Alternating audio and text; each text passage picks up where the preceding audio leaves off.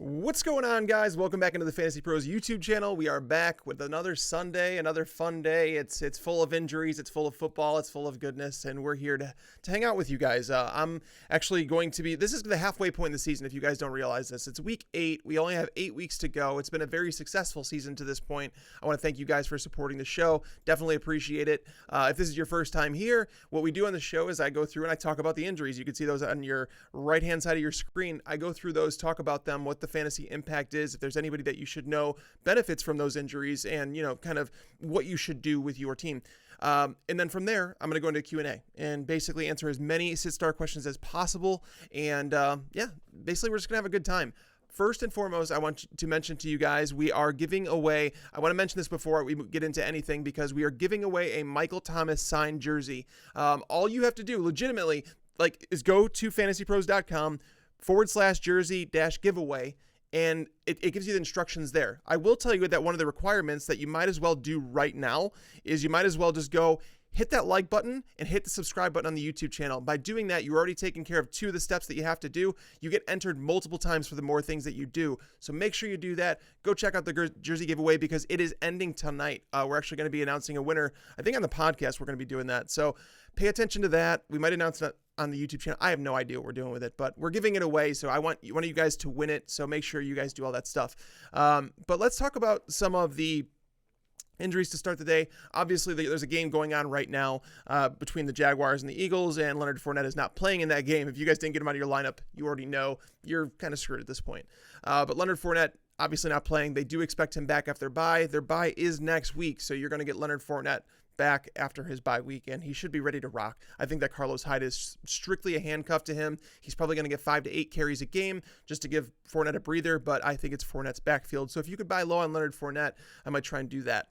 Robbie Anderson is listed as doubtful for the Jets. I do not think he's going to play in this game. The weather in Chicago is not great. There's a lot of wind to be expected. And knowing that Robbie Anderson, I want to say that he is like top 5 in the league for average air yards per target.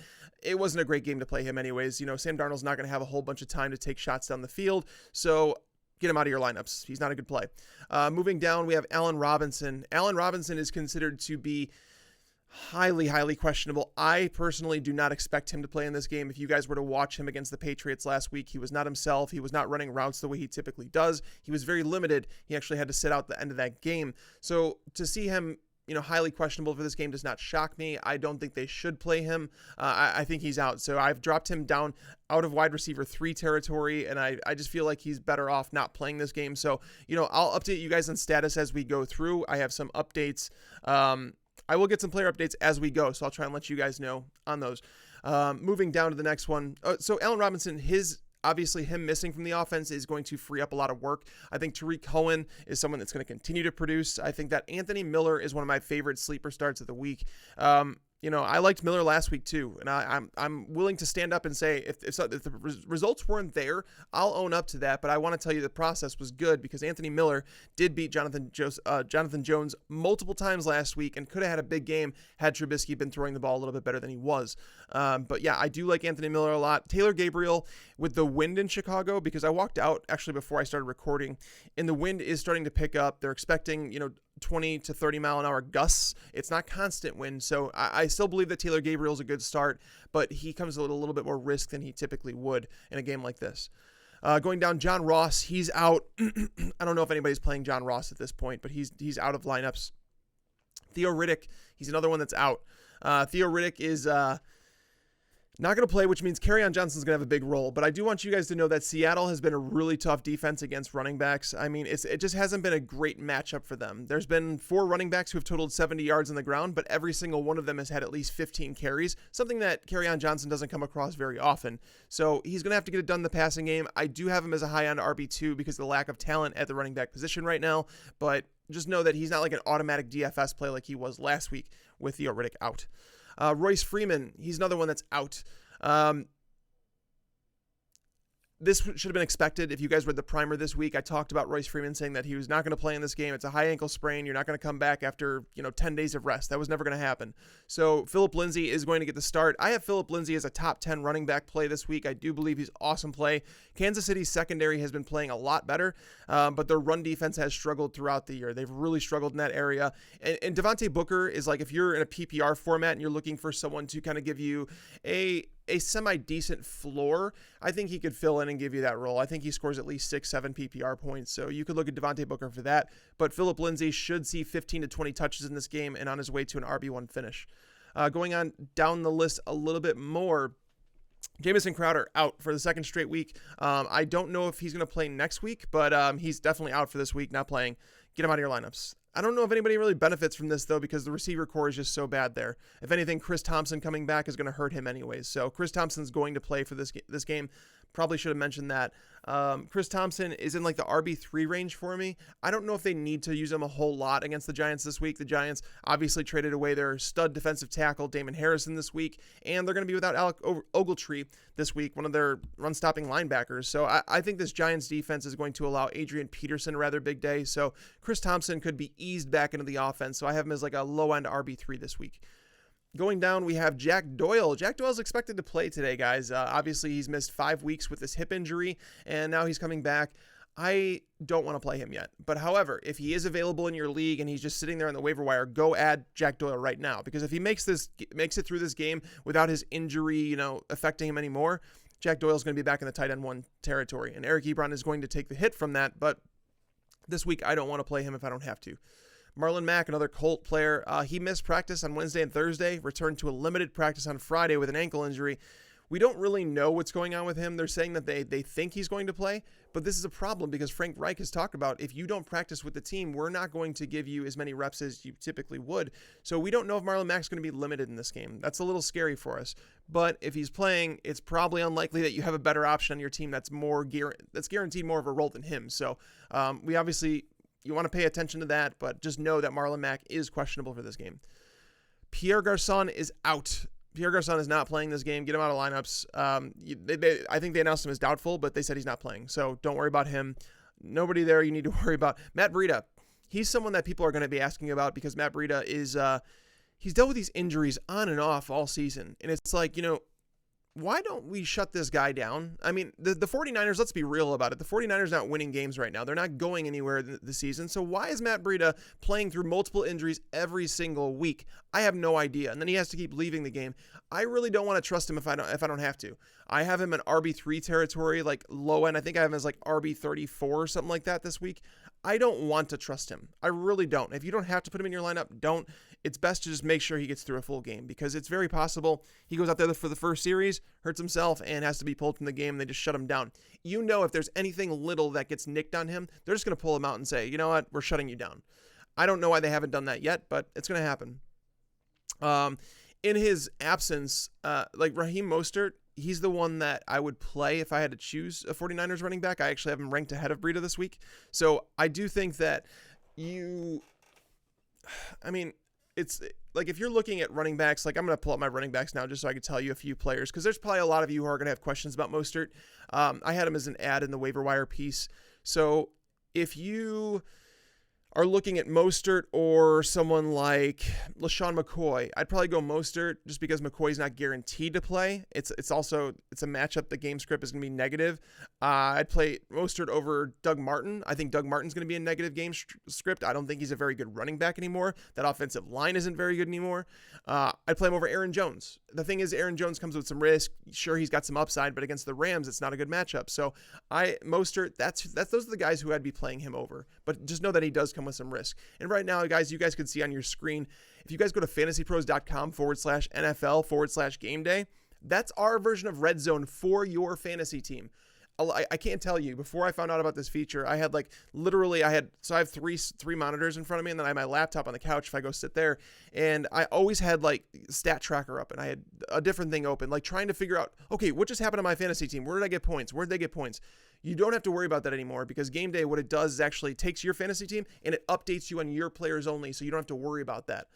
It's awesome. Make sure you guys check that out. So many people have told me, you mentioned on the live stream and I found it, and it's like awesome. So check that out. The devs have done an awesome job on that. Moving on, we have Randall Cobb and Geronimo Allison. So Allison was removed from the injury report. He was limited in practice all week, but they removed him from the injury report, which tells me that he's okay. Randall Cobb, he practiced in full on Friday, but he's on the injury report and reportedly is less than 100%. So I wouldn't be shocked if they split the snaps between Randall Cobb and Marquez Valdez-Scantling. I know some people are saying Scantling is the slot receiver now and that he should be starting over Cobb. I'm not going to sit here and disagree with you, but I also don't think that the Packers are just going to bench Randall Cobb after what's happened. So Randall Cobb is outside of my top 50 wide receivers this week. I just don't want to risk it with him. I want to see him on the field for a full game before I trust him.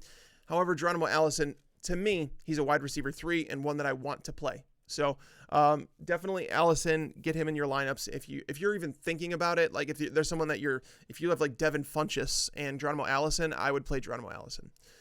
All right, so going down, we have Cooper Kupp out. He's not playing. He's week to week with an MCL sprain. He's not playing this week. Don't worry about him. Get him out of lineups. If you thought that there was a chance, don't play him. Dalvin Cook out. Dalvin Cook is actually, they announced he is going to miss this week. He's going to miss next week. They have their bye in week 10. He's going to come back in week 11. Hopefully. I think this is what should have been done all along. They should have shut him down for multiple weeks instead of trying to get him to push through at practice. No idea what these teams are doing. So I applaud the Jaguars for taking it easy with Leonard Fournette this time and saying, we're not going to rush you back. We have our bye week. Dalvin Cook, they finally realized we're shutting him down. Get him out of lineups. Sony Michel, he's listed as doubtful, but he's not playing. Sony Michel, the good news on Sony Michel is that he was injured and, it obviously looked like a bad injury. The MRI came back, then it's not. Like, it's just a sprain. He actually came back to practice on a limited basis yesterday. So therefore, Sony Michel is doing much better. And I have a feeling he's going to be back in the lineup next week, but he's not playing this week. If you really want to play anybody from this backfield, obviously James White is like, I have him as my number 6 running back this week. Like James White is a must play every week.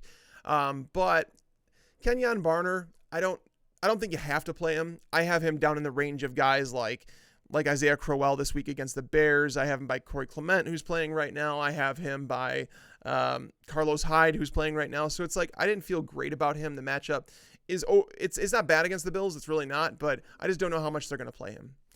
And then the last two, LaShawn McCoy, again, he's someone that is dealing with, he was trying to get through concussion protocol, but I think there was another injury there too. It looked like he hurt his ankle on the same play. I don't know what's happening there. Rumor came out today that they're not trading him before the trade deadline, which makes 0 sense. But yeah, LaShawn McCoy, they are expecting him to play. I have him in RB3 territory. He's someone that, like, between him, Mostert, I would struggle to figure out which one I wanted to play of those two. I'd probably go with Mostert because I know he's going to play for a fact and I don't have to worry about it. But it's close. So I have LaShawn McCoy in that like RB3, high-end RB3 territory. And then Rob Gronkowski, as far as we know right now, guys, Gronk is going to play. That's all we know. What I can tell you is from someone that's had back injuries in the past, like I had back surgery. I've been through too much stuff on my back to tell you that there are days where your back is just going to act up. And if Gronk had one of those days or one of those times last week, it bothers me that it lasted multiple days because that's never a good thing. But from all reports now are saying that he's going to be back, that you don't have to worry about it. That he's going to play against Buffalo. Buffalo has been good against tight ends, but the competition hasn't been good. Gronk has dominated the Buffalo defense every single time they seem to play in his career. So something to keep in mind. The only tight ends that I would start over Rob Gronkowski, I would risk it with Gronk.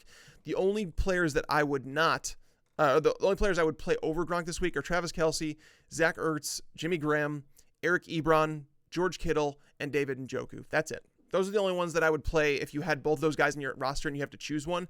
Take the risk away from Gronk, just put him there. CJ Uzama, he's someone that I would consider, but I have Gronk higher. So that's where I'm at with that.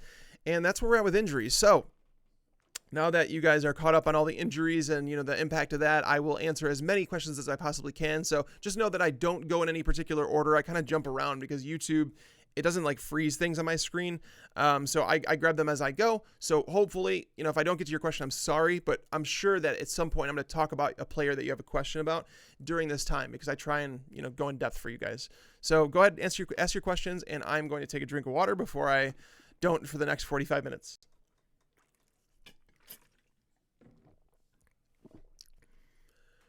All right, let's see. Ebron or Trey Burton, full point PPR. I would play Eric Ebron this week. I know that Jack Doyle's coming back, but I'm not worried about Ebron. The primer, one of the notes I had in the primer was like the biggest thing for me on Ebron, and I wish I would have like had it pulled up for you guys. I'm gonna pull it up.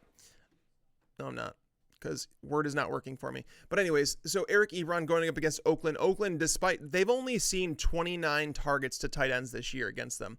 That is the lowest in the league by far. It's not even close. And the question is, why are teams not targeting their tight ends? Well, the competition hasn't been good, but they have allowed, I think it is the third most yards per target to tight ends and the second most fantasy points per target. So when tight ends are targeted, they've performed against Oakland. So I'm not really worried about it, even though you might see that they're like the 10th best team in the NFL against tight ends. It's just based on volume. That's why. We're so early in the season, sometimes you'll miss that stuff. So I like him. Trey Burton against the Jets. They've been a really good defense against tight ends. Jamal Adams, their safety, has done a phenomenal job. The only tight end that had more than 36 yards against them was Eric Ebron. Eric Ebron, 7 targets, 71 yards and a touchdown. He only had 4 receptions, though, so it was considered like a down week. But Trey Burton, can he have a fine game? Yeah, I mean, I have him at the tight end 11 this week, but me personally, I would play Eric Ebron. Winston or Cousins?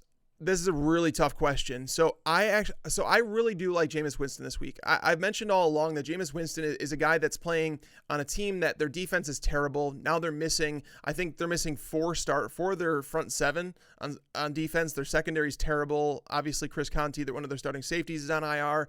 The team has just really struggled. So he has no defense. They're going to allow points no matter what. And the Bengals offense is going to score points against them. So Jameis is going to have to play keep up. He doesn't have a run game. You know, Ronald Jones and Peyton Barber haven't done much this year. They just got their first rushing touchdown last week. We know that Jameis Winston will run the ball if he needs to. That's awesome for your fantasy team. And then it's like he has elite passing options to throw to. But then you go over to Kirk Cousins and it's like, well, this guy has been like a top 5 fantasy quarterback this year. He's thrown the ball a ton. That's another guy that doesn't have a run game. The New Orleans Saints do not allow anything to running backs. They do not. Like, one of the stats I had that was kind of like mind-boggling and nobody would believe, the Saints have allowed under 300 rushing yards on the season. There's one running back that totaled more than 44 yards against them. Like, they've been lights out against the run. So Latavius Murray's going to have a hard time. Because of that, I'm going with Cousins here. He's at home. You don't have to worry about like road conditions. You don't have to worry about the weather because it's in a dome. I'm going to go with Cousins here, but Winston is an awesome option. It's just really close for me. It's a great question. If you were to ask me like a lot of other guys versus Jameis Winston, I probably would have went Winston. And me personally, I've struggled this week with Jameis Winston or Drew Brees in some of my lineups because like I have them both because I picked up Jameis for Brees' bye. And I didn't want to just let him go because he's going to be a great quarterback going forward.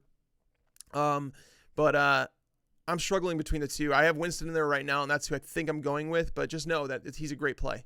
Cam Newton or Andy Dalton? Dalton, 100%. Yeah, Cam Newton is like, he's my number, I think, 15 quarterback this week. Baltimore, even if he has a good game against Baltimore, it's going to be like QB 15 territory. That's where it's going to be with today's quarterbacks and what they're scoring. The Ravens just don't allow a whole lot. Cam needs to get it done on the ground if he's going to do anything this game. As for Dalton, going up against the worst defense in the league, seriously, and the Bengals defense is not far behind, so that game should have shootout potential written all over it between Dalton and Jameis Winston. Yeah, get as much of that game as you can. Marlon Mack or Christian McCaffrey. You know what? I'm going to play it safe here. I'm just going to go with McCaffrey. I don't like McCaffrey this week at all. Like I think Christian McCaffrey has been like he's been getting 100% of the touches for the Panthers running backs over the last couple of weeks, like 100%. But he hasn't delivered. And the thing is, it's not to say that it's his fault. He hasn't gotten many touches. I think we're at 15 touches the last 2 weeks, or 15 carries, whatever it is. But he's like, it's not a great play against Baltimore. However, McCaffrey as a receiver, he can get it done. He is a mismatch for linebackers. So if they can figure out a way to get him the ball in the passing game, he can have a better game than I think. But at the same time, he's not going to like blow up. But looking at Mac, not knowing if he's going to play, and if I'm not mistaken, that's an afternoon game. I'm going to look just because yeah, that's an afternoon game. So you're not going to know about Marlon Mack to start. So yep, in Carolina and Baltimore, that is a noon game. So yeah, definitely I'm going with Christian McCaffrey there. Adrian Peterson or Mack in a PPR. You know what? I'm going to go with Peterson here. Again, I'm not going to take my chances with Mac if I don't have to, and you have Peterson, who's a top 10 option for me this week. I like Peterson. We worry about Peterson because he really let us down in that prime spot against the Colts earlier in the year. We figured the game script was going to be great and all that, and it wasn't. They fell behind. He didn't run the ball very well that game. That was one of his 2 bad games this year. The other one was against the Saints, who we've talked about. They've been a really, really good run defense. So for me, with Adrian Peterson, without, Snacks Harrison up the middle, without Ogletree playing, the Giants defense is being gutted. We know that they're in rebuild mode. They traded away Eli Apple, so they're down 3 starters than they were last week. So it's this team is in rebuild mode. I think Peterson is the play. I think he scores at least 1 touchdown here. Jordan Howard or Latavius Murray in a standard? Jordan Howard. So I talked about Murray and his tough matchup against the Saints. It's a brutal matchup against them, guys. They've allowed 3 rushing touchdowns on the year, and again, no running back has totaled more than 70 yards, and just 1 running back has totaled more than 44 yards. So it's not a good matchup for him. That offensive line is dreadful. The Saints' run defense is really good. So for me, it's Jordan Howard here in a matchup against the Jets. The Jets have been leaking against the run recently in Chicago. The Bears need a win after losing 2 in a row. There's a lot of things here. The Bears need to get Jordan Howard going. I have him currently, I think, as a RB15 this week. Let's see. Full PPR pick 2, Geronimo Allison, Doug Baldwin, Josh Gordon. Wow. I'm going to go with Doug Baldwin for sure. He's the for sure play. And between Allison and Gordon is really tough. So Gordon is going to have a matchup with Tre'Davious White, and Tre'Davious White has been fantastic this year. Brady has trusted Josh Gordon in one-on-one situations. He's willing to throw it up to him and let him win those, and Josh Gordon's done a good job with those. So it's hard to say that you don't want to trust Josh Gordon. I currently have Josh Gordon ahead of Geronimo Allison, and part of that has to do with Allison coming back from the injury, right? He was limited in practice throughout the entire week, so there is some risk playing him, but understand that going against this Rams team, so many people think it's the Rams defense. The Rams defense has not been good. Their secondary has been atrocious. Marcus Peters has been bad. Marcus Peters is their best cornerback because Aqib Talib is on injured reserve right now. So Peters has been burned by speed. Okay, so he's going to match up with Devontae Adams the majority of the day. But then Geronimo Allison is going to match up with Troy Hill and Sam Shields, 2 guys that have really, really struggled in coverage. They're backups at best. They benched Nickel Roby Coleman the other week. I don't know why they did, but seriously, Allison is a good play, but I don't think I could play him over Josh Gordon right now, knowing that Tom Brady's going to he's going to have to be the one to move the ball against the Bills instead of their run, because James White is not someone you want to carry the ball 15 times per game. I just think that I'm going to go Gordon here just because I know he's healthy. But it's close. It's a good question. Jarvis Landry or Tyler Boyd in a standard format. I would play Tyler Boyd this week. I know Jarvis Landry's got an awesome target share, and he's not a bad play. But Mike Hilton is healthy for the Steelers. We did see Landry. I think he had just over 100 yards in their first meeting, but you can't also forget that I think that the Browns offensive players in that game played 90 snaps. It was something ridiculous. So the volume is going to come down in Pittsburgh this week. So I'm going to go with Tyler Boyd. He's such a good play this week. Let's see. Marlon Mack, Murray, Ingram, Howard, pick 2. So I'm benching 2 of these guys. I'm going to bench Murray for sure. I don't like the matchup for him against the Saints. And man, that's tough. If Mack's active, I'll play Mack over Ingram. So I'm going to go with Mack and Howard. But if Mack doesn't play, go Ingram and Howard. All right, let's see. Allison or Barner? I would play Allison in that situation. That's where it's Barner's no sure thing, so I'll take Allison's upside there. Mostert or Crabtree in a PPR? That's really tough. This whole Matt Breida situation has really flustered me, and I don't really know how to approach this backfield because not only were we were worried about Kyle Juszczyk stealing some passing down work. We were worried we were worried about Alfred Morris getting some carries, maybe goal line carries, and now it's Matt Breida's back in the mix, and it's how much do we trust Mostert here? Crabtree's matchup isn't great either, though, and that's the thing is that's what we're trying to figure out.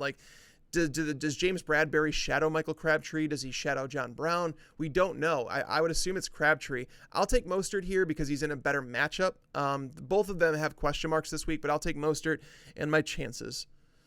Let's see. Take a chance on Godwin or roll with John Brown in a full PPR. Yeah, I like Godwin, and you have to wonder how the Bucs handled Deshaun Jackson this week. If you guys haven't heard, this morning it came out that Deshaun Jackson has requested a trade.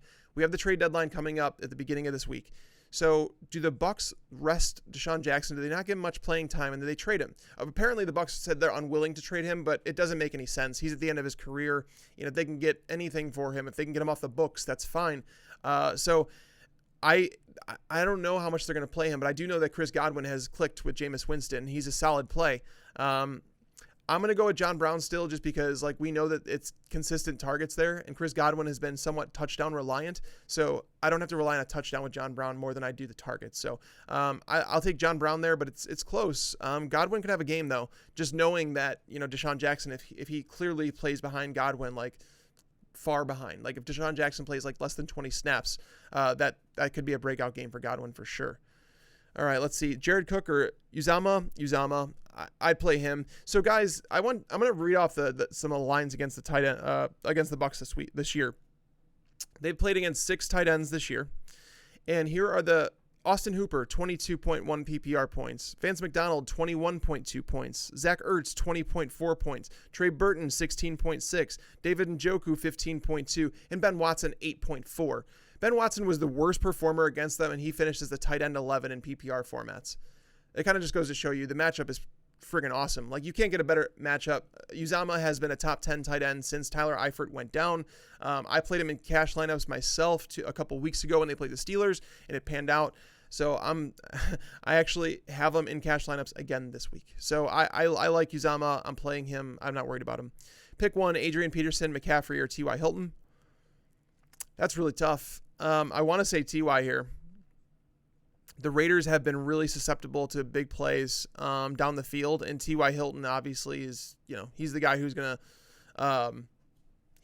stretch the field for Andrew Luck, and he's also getting tons of targets. I want to say in every game that he's played the full game healthy, he's seen at least 8 targets, so it's tough not to like him. But I do like okay, if this is a PPR format, I'll take T.Y. Hilton. If it's a standard format, I'll take Adrian Peterson, because Peterson obviously guaranteed lots of touches in this game. It's a good matchup for him.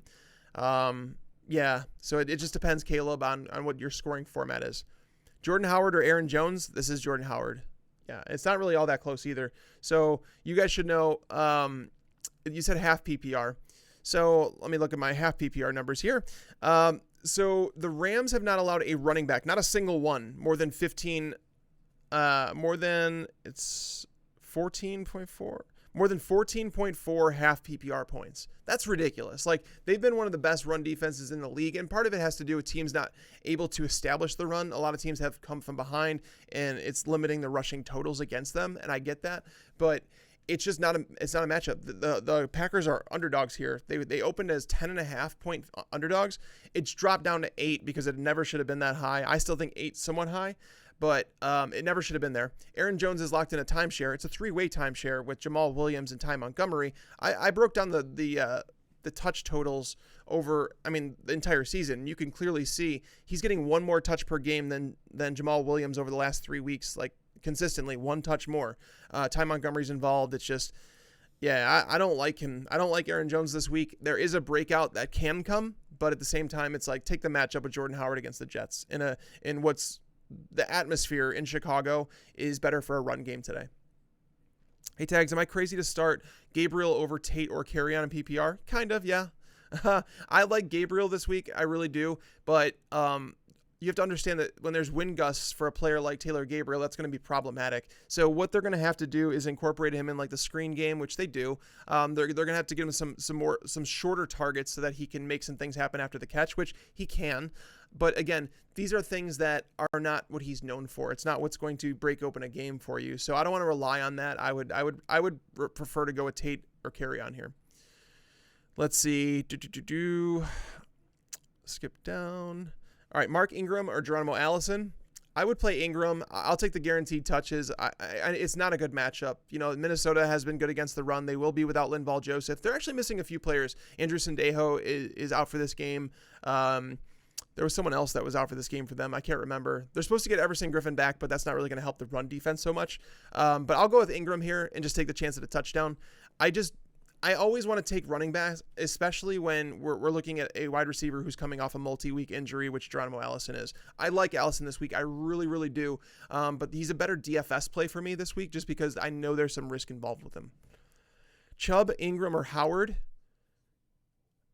So, truth be told, I have Howard ranked the highest, and I know some people would probably be like, "What?" But seriously, like, so Nick Chubb's matchup against the Steelers have not allowed a running back more than 75 yards on the ground this year. They have, and the thing is, they're not allowing anything through the air. No running back has totaled more than 20 yards through the air, and Nick Chubb's not really involved in the receiving game either. So Nick Chubb is essentially a touchdown or bust option. It's not to say that Jordan Howard is either, because he's as well, but he is also playing in a much better matchup than Nick Chubb is this week against the Jets. The Jets have been struggling as of late. So I do prefer Jordan Howard over Nick Chubb this week, and I know some people would kind of scoff at that. And Mark Ingram, again, we just talked about it. It's not as bad as matchup as it was with some of the injuries on Minnesota's team, but he's another guy that's going to rely on some touchdowns. So I'm going to go Jordan Howard here. Chris Thompson or Mostert in a half PPR. I'll go with Mostert. Thompson's another guy that's coming off, an absence. We don't know how much he's going to be used. We don't think that he's going to have to be used a whole lot in this game against the Giants because, well, Adrian Peterson should be able to do some work. It should be a very slow-paced game there. So I'll go Mostert. I just want to see, like, if I have a player coming back from injury, if you have a semi-decent option, which you do, I'll often just approach with caution. I mean, I'd much rather be like, okay, and if he goes off, it's like, okay, good, he's back to normal. I can start him as usual next week.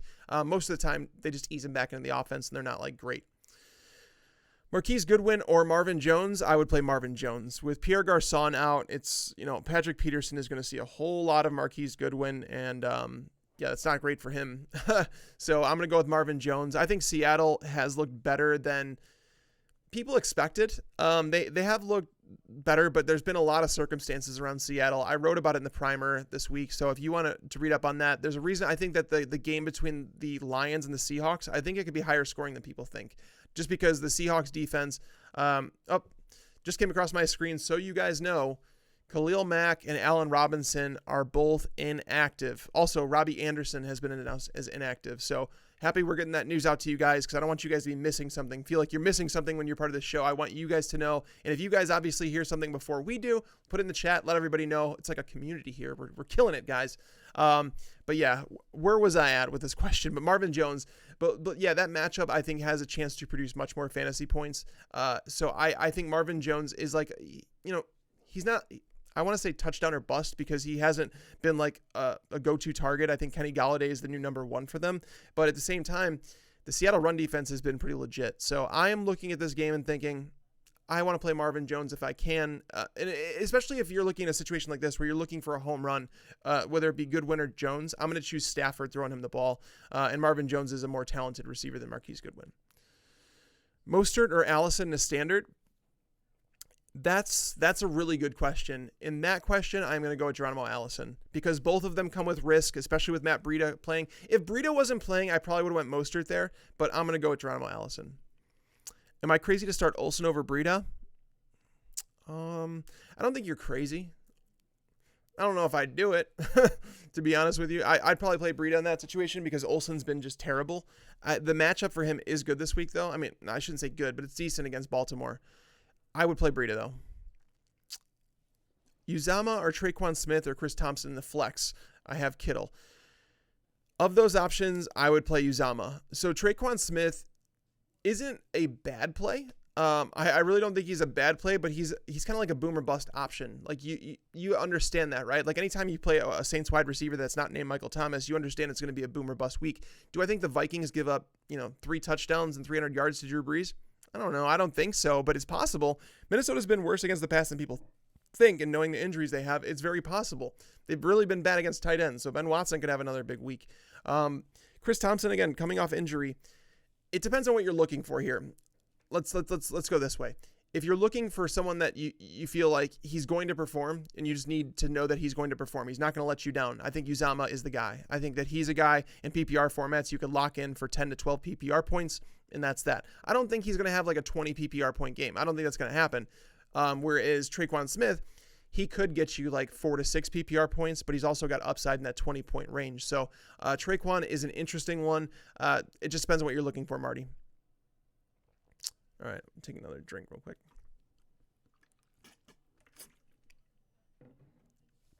Start 2. Robert Woods, Michael Thomas, or Boyd. So I hope this is a DFS question because, like, if you have these guys and you have to choose every single week, that's a pretty bad situation to be in. I mean, I'm playing Woods and Michael Thomas every week, so I'm not gonna play Boyd over them. I don't want to bench Boyd though. I mean, Boyd's a really good play this week, but I wouldn't bench Robert Woods or Michael Thomas for Boyd, if that's the question. Jordan Howard, Josh Gordon, or Doug Baldwin in standard. I would play Doug Baldwin, I think. Jordan Howard's close, but I'll go Doug Baldwin there. Doug Baldwin has a matchup against the Lions. So the Lions, I like to throw these stats to you guys because they're very useful.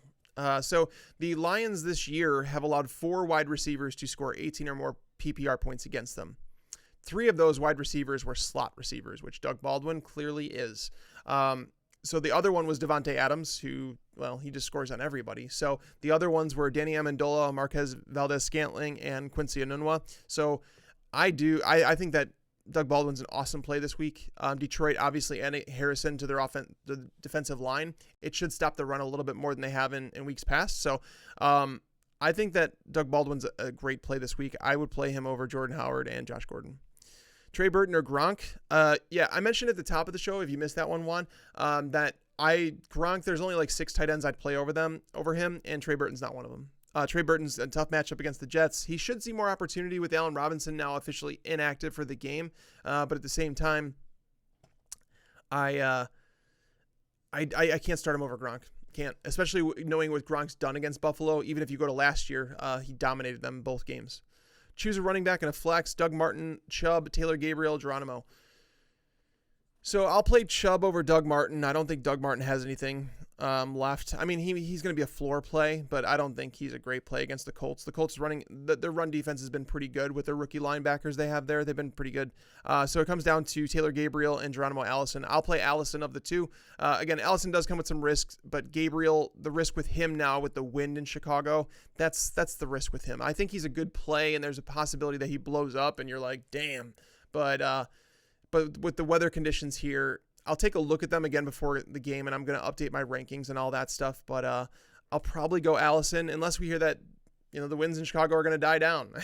But it's tough to say. So I'll go with Chubb and Geronimo here.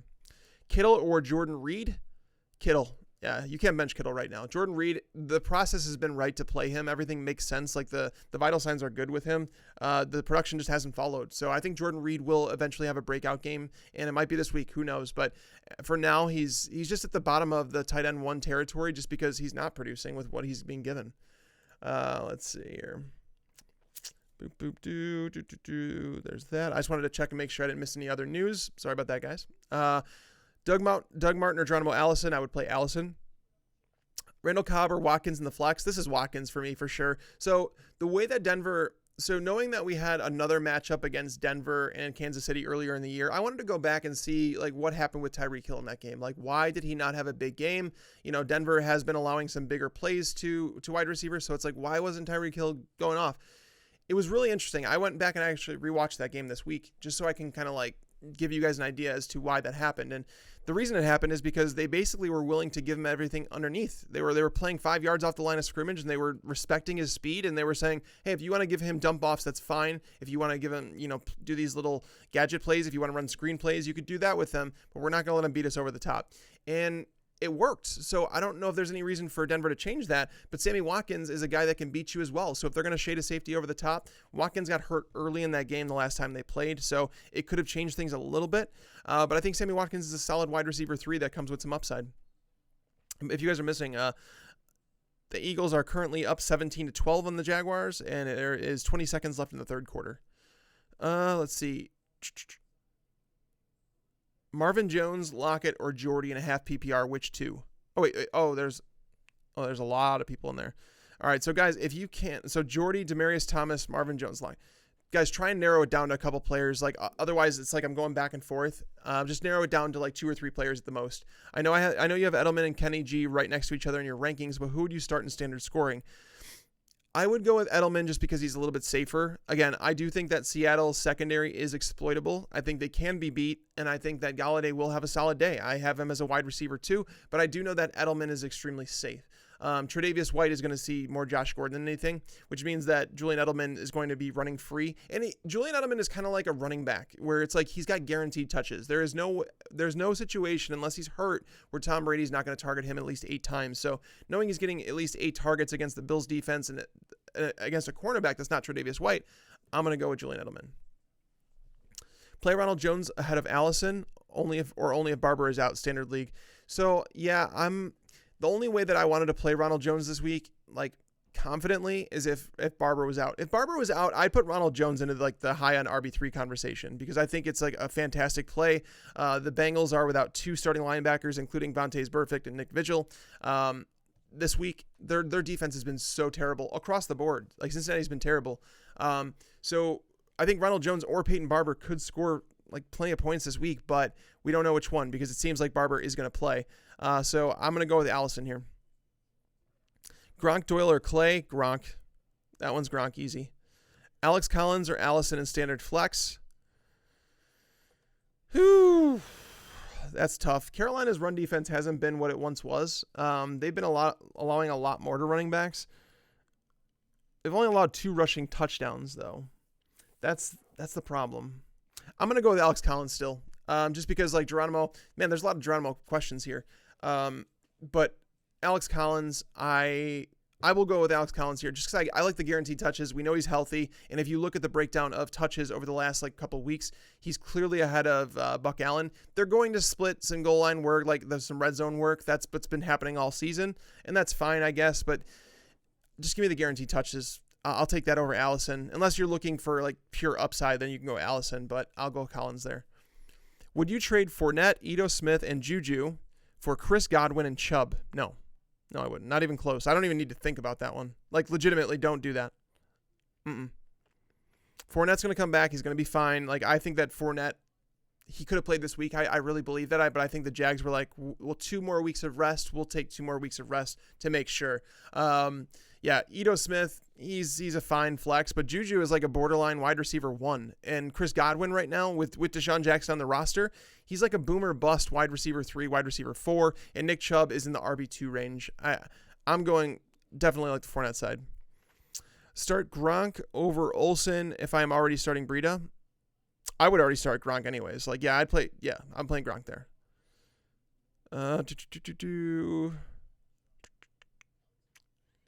Raiders safety Reggie Nelson is inactive. Okay, that's something you guys don't need to know. Let's see. Need 2, John Brown, Golden Tate, Geronimo Allison.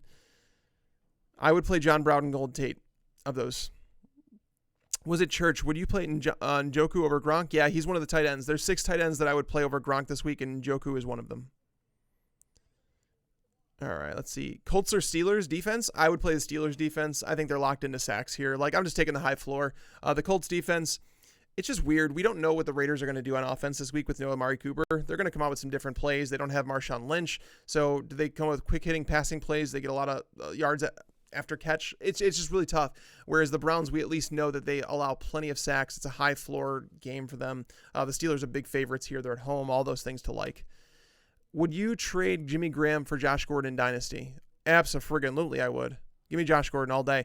Like, with the way that things are going in New England right now, I think Josh Gordon is going to sign something with them, like to be with them for longer. Like, because I want to say, if I'm not mistaken, with his trade, it allows him to be a free agent next year. I could be wrong on that. He might have one more year on his contract. But yeah, I would take Josh Gordon over Jimmy Graham in Dynasty. Godwin or Anthony Miller, DraftKings. So Godwin is more expensive for sure. So, I mean, the reason I like Anthony Miller as a play is because he's cheap. And that's the thing, is like some people, like I posted something on Twitter yesterday saying that Anthony Miller is one of my favorite sleeper plays. Like, he's a sleeper play, but that doesn't mean you play him over studs. Like, I currently have Chris Godwin ranked higher than Anthony Miller. So if you're asking me to choose one or the other, it's Godwin. But Miller is cheaper. He's like $3,400 on DraftKings. He's an awesome play against the Jets. I don't know if Buster Skrine is going to play, but even if he does, he's not very good. And Perry Nickerson has been awful in coverage. So me personally, I love Miller in his matchup this week, but I'd still play Godwin if you had the money to do so. Jalen Richard, Raheem Mostert, or McCoy in standard. I have Jalen Richard ranked the highest. I just think that he comes with the highest floor of those guys. Mostert has question marks. McCoy is not guaranteed to play, even though they're expecting him to. That game's not until tomorrow night, so it's very unlikely you'd have a backup plan. So I'll go with Jalen Richard. Flex, Geronimo Allison or Crabtree in a PPR, playing well against Watson and Fuller, need help. Oh, so you're playing against those guys. So, they had a big week. You're looking for upside, it's Allison here. I actually have Allison ranked over Crabtree in general. So he obviously comes with more upside too, so that's where I'm going. Let's see. Mack or Fournette rest of season? Fournette. Okay.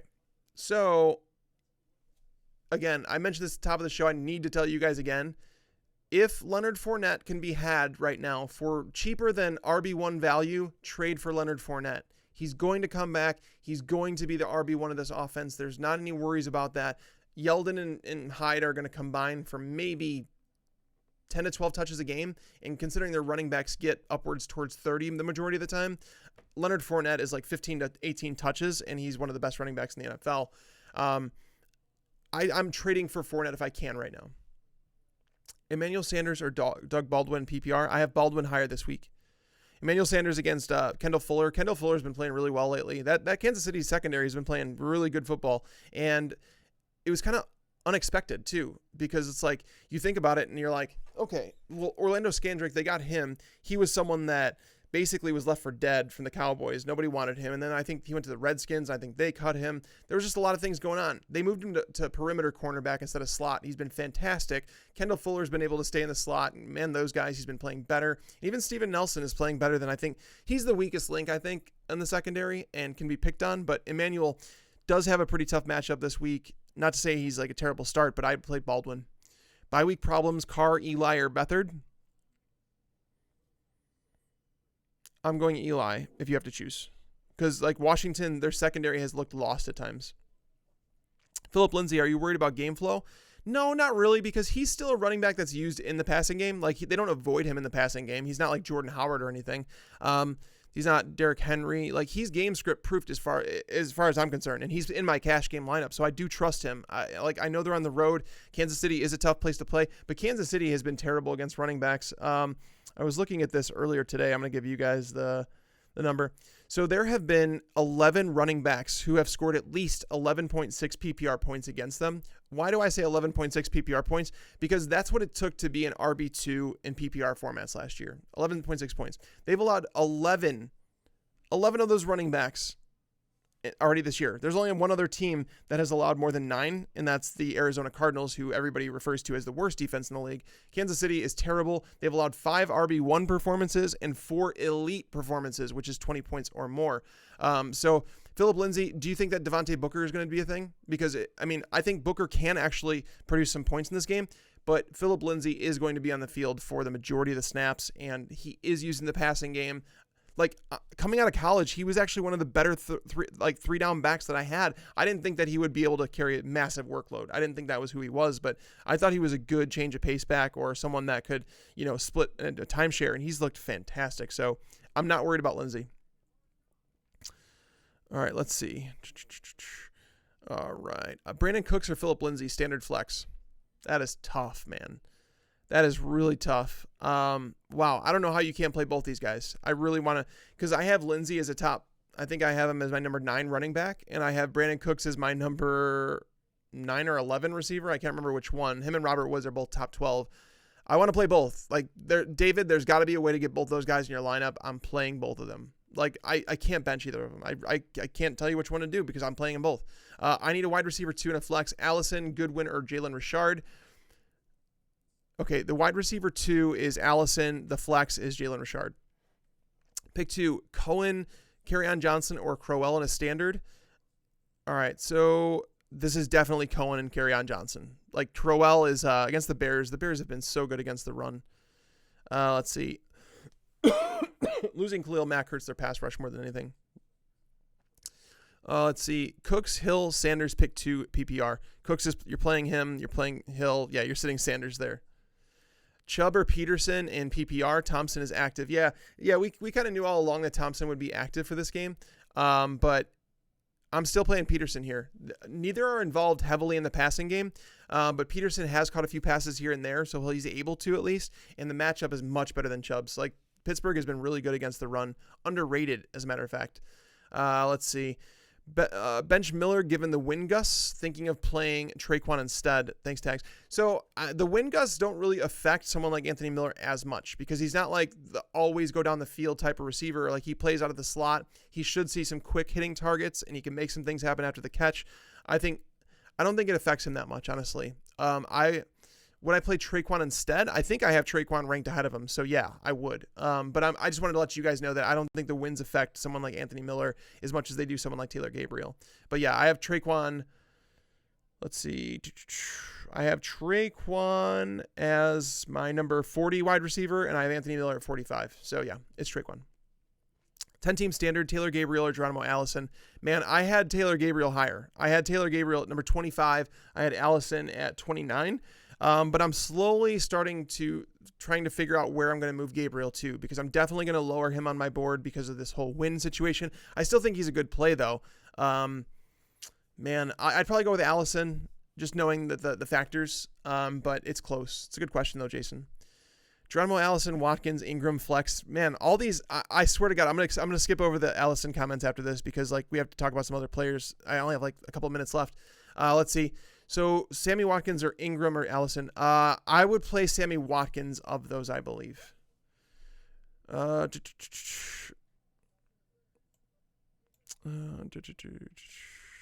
see.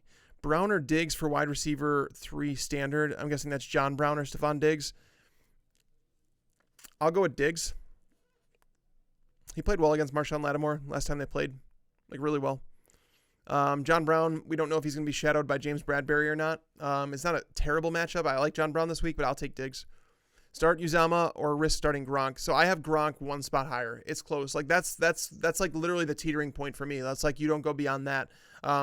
I'd probably go with Gronk considering they're saying he's going to play, and I'd kick myself if Uzama didn't perform as he was supposed to, and Gronk kind of goes off as Gronk does.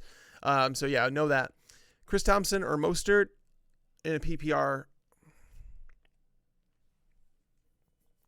Man, that's tough. That's really tough in a PPR. Let's go with Thompson. Knowing that Breida's active, let's just get rid of because Mostert, it's possible he touches the ball 5 times. It's very possible. So let's go with Thompson. Pick 2, Carrion, Marlon Mack, or Julian Edelman. Man, this is tough. Because Marlon Mack, we don't know if he's going to play. Let's just take the risk out of it. Let's go with Carrion and Julian Edelman. Yeah, because Marlon Mack, I liked him this week, and I had him as a top 12 play, but knowing the ankle injury, knowing that he's a game time decision, knowing that they don't play until the afternoon, it's just, yeah, I'll go with Carrion and Edelman. Big Ben or Luck, I have Ben ranked higher this week, I believe. It's close though. I don't like sitting Ben Roethlisberger when he's playing at home. Yeah, I have Roethlisberger at number 3. I have Luck at 4. So they're both great plays. I don't want to say that Luck is the safer one, but he might be. Let's see. Jordan Howard, Jalen Richard, Crabtree, Marvin Jones. Okay, so if you guys want to see rankings, just go to my rankings. Like I post them on the site. I post them on Twitter, all that stuff. I'm just trying to get to as many questions as I can. Chubb or AP? AP this week. Drop Chicago after week 9 with upcoming schedule. I mean, you can. I mean, I don't know if you need to. I think that, with them giving Khalil Mack the week off, I think it really does help. I think it allows them, like him to get right, and it's going to make it just an easy, like I think it'll make them better. I don't think I would drop them. I mean, there's probably someone on your bench that I would rather drop than the Bears schedule, or than the Bears defense. But it's up to you. Mack will play Adam Schefter. I see he's inactive, so I don't know if I think the information might be wrong there, but if he was reported as inactive, he's not playing. Tariq Cohen or Peterson. I'm going to play Peterson in a standard, even in a half PPR, but if it goes to PPR, I'll go Cohen. Khalil Mack out. Should I look for another defense this week? I don't know if you need to. The Bears defense was supposed to be good before they even got Khalil Mack. I mean, obviously Mack makes a big difference, and like you don't want to underestimate that, but I don't think you need to look for another defense. The Jets' offensive line is not very good. Sam Darnold's also missing, I think, his starting center this week, and Robbie Anderson and Quincy Enunwa, like he doesn't have much to go to. Doug Martin or Sterling Shepard in a standard format, I would go with Doug Martin. Give me the guaranteed touches. Sterling Shepard, the matchup in the slot with him against Fabian Moreau, he's been a lot better than I think anybody expected. He's been fantastic out of the slot, like doing a good job for the Redskins. So, yeah, Let's see. So I'd go Doug Martin. Rodgers or Big Ben? Rodgers. Rodgers is my number 1 quarterback this week. 6-point touchdown, Luck or Cousins? I have Luck slightly higher. Slightly. Cousins or Luck? Oh, same question next. You guys are funny. But yeah, real quick again, guys, I want to remind you, we are giving away that Michael Thomas jersey. If you're late to the show and you didn't hear about it, look at the signed jersey on your screen right now. A white signed Michael Thomas authentic jersey. Like, it's awesome. Like, we want one of you guys to win this. All you have to do is go to fantasypros.com/jersey-giveaway. And it'll give you the rules to enter right there. And basically, if you do that, once you go to that link, it's going to tell you one of the things you have to do is subscribe to the YouTube channel, which you can do right now. Subscribe, like literally go down and subscribe. Also hit that like button because it really helps me out, guys. It makes sure, like, our video guy has done an awesome job. Like, all these graphics this year, if not for me, if not liking this for me, do it for the video guy. Chris, he's behind the scenes. He's doing all these graphics. And if you look at the graphics on the scene, this looks like a TV show that I'm on right now. And like, he's done an awesome job. I want you guys to know, like, he's been doing amazing work. Thank you, Chris, for your work. Thank you guys for liking the video. I'm going to get to a couple more questions before we get out of here. Cohen, Lindsey, or Chubb in a standard? I have Lindsey ranked highest. I think Cohen is close, but I would go Philip Lindsay there. Mostert or Sterling Shepard? I would play Mostert. Let's see. Burton or Njoku? Njoku. Gronk, Howard, or Njoku? I would play, of those options, I'd go Njoku. Yeah, they're all good plays, though. Jordy Nelson or Taylor Gabriel? I'll go with Gabriel. I don't want to risk it with Jordy if I don't have to. Jameis or Andy Dalton? Great question. Those are both fantastic plays. And the reason I'm going to say Jameis Winston is because he doesn't have a run game. And Andy Dalton does. Joe Mixon could very easily go off in this game and limit what Andy Dalton does. Whereas Jameis Winston, we don't have to worry about Peyton Barber going off. Ronald Jones, I mean, if he scores a touchdown, it's considered a good game. So Diggs or Boyd? PPR, thank you. I would play Boyd in that situation. I like Boyd this week. Cobb or Hines, half PPR? I would go with Hines. I'd go Hines there. Knowing that Mac is not 100%. Cobb is less than 100% too. Wind up to 50 miles per hour is in the forecast. Should I bench any of the Bengals or Bucks players? Wait a minute. Are you kidding me, Tom? I'm going to look at that after I get off the stream. I can't confirm that right now, unfortunately, because I'm trying to get to as many questions as I can. But if there's 50-mile-an-hour winds in the forecast, I don't think you're playing anybody in that game, in the passing game. Like, play Joe Mixon everywhere. That's what I would do. Let's see. Andy Dalton or Winston. We already talked about that one. Diggs, Mac, or Smokey. I'll go with Mac. But if Mac doesn't play, then you could put in Diggs. McCaffrey or AP? AP. Breida. Oh, sorry. That one totally lost it. Breeze or Jameis? Me, currently, I'm going with Jameis. If those win rumors are true in Cincinnati, which I'm going to look up as soon as we get off the show, then it would be Breeze. But if there's no weather concerns for the Bucks Bengals game, I'm going Jameis. Devontae or Ty? Devontae Adams or Ty? Devontae Adams. Devontae Adams is the top 3 play. Latavius Murray or Mostert? I'll go at Latavius Murray. The thing is like, it's a bad matchup for him, but there's always a chance of a goal line plunge with him because obviously he's the one in the backfield that gets all the goal line work. And then Mostert with Matt Breida active, it's more of a question mark. So eliminate questions when you can. John Brown or Kittle for flex? PPR. Also, did you see Trubisky's pregame attire? I did, the Ditka outfit, and it was fantastic. He did a good job. Hopefully his play is much better this week. Kittle. I would play Kittle in the flex this week, I think, over John Brown. All right. Let's see. Tariq Cohen or Latavius Murray? I would play Tariq Cohen. Adam Jones or Raheem Mostert? I'll play Mostert there. Matchup's better. They're both in timeshares. Is Breida limited if he plays? Mostert still have value? Yeah, I still have Mostert ranked higher than Matt Breida, but it's tough to feel confident about any of it, guys. But let's see. All right. So I'm getting word here. It says just so you guys know, I want to make sure you guys get good info. Ignore wins for the Bucks Bengals. Strongest wins are expected after the game. So there is no effect of the win. So don't let that panic you. Guys, please don't put stuff in there if it's not true until after the game, unless we know for sure, please. But I'm going to answer one more and then we're going to get out of here. Let's see. Full PPR, Chris Godwin or Emmanuel Sanders in the flex, since you mentioned that Marlon Mack is questionable. I would probably, I think, man, I want to play Mac. I mean, I feel like you could have, I hope you have another option to play, but if you don't have another option and Godwin and Sanders are earlier games, I will go with Sanders there. But that's tough, man. It's really tough.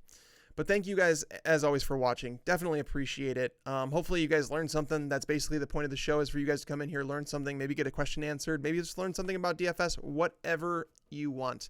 But yeah, thank you guys. We've been wildly successful. Obviously, there's a game going on, so it was a little bit slower today, but actually you guys showed up. Over 2,500 people in here. You guys rock. Like, thank you guys so much. Thank you. And don't forget to go and check out fantasypros.com/NFL/game day, which I reminded you guys, that's like the red zone for your fantasy football team. And that's what you definitely want to pay attention to. So go check that out this week. Let me know what you guys think. We'll be here next week. We're obviously going to be doing live streams. Bobby and I do a waiver wire one on Tuesday. Bobby does a start sit one on Thursday. And then I do this on Sunday. So thank you guys, as always, for your support. We really appreciate it. But until next time, lights out.